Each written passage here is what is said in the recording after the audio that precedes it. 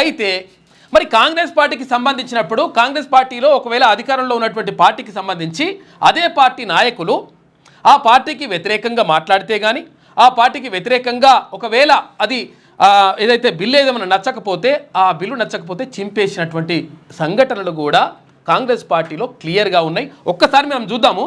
మనం చూసిన తర్వాత అసలు యాక్చువల్గా విషయం ఏంటంటే మనం ఇప్పుడు ఎక్కువ డిస్కస్ చేసుకోవడం కాదు. ఇక్కడ విషయం ఏంటంటే ఎవరికి ఎటువంటి న్యాయం దొరుకుతూ ఉంది అంటే అసలు యాక్చువల్గా ఇది పార్టీ అంటే ప్రజలదా లేకపోతే ఒక వర్గానికి రెడ్డి సామాజిక వర్గానికి చెందిందా అనేటువంటిది ఒక చర్చ క్లియర్గా కట్టుగా వస్తూ ఉంది. మరి ఇంకొక విషయం ఏంటంటే ముఖ్యమంత్రిగా ఉన్నటువంటి రేవంత్ రెడ్డిని అస్థిరపరిచేటువంటి కుట్ర కూడా జరుగుతుందనేటువంటిది సమాజంలో చర్చ జరుగుతూ ఉంది. చాలామంది మేధావులు చెప్తా ఉన్నారు, అరే ఎట్లయితుంది అసలు విషయం ఏంటంటే కరెక్ట్గా పకడ్బందీగా అంతా కూడా క్లియర్గా జరిగితే ఆయనకు మంచి పేరు వస్తుంది. మంచి పేరు రాకుండా కొంతమంది కుట్ర చేస్తున్నారు పక్కకున్న వాళ్ళే అనేది కూడా ఒక చర్చ.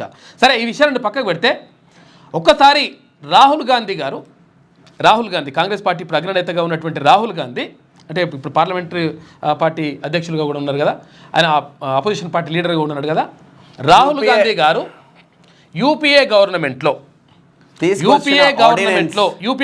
అంటే కాంగ్రెస్ ప్రభుత్వమే, కాంగ్రెస్ ఆధ్వర్యంలో నడుస్తున్నటువంటి అంటే కూటమి ప్రభుత్వం.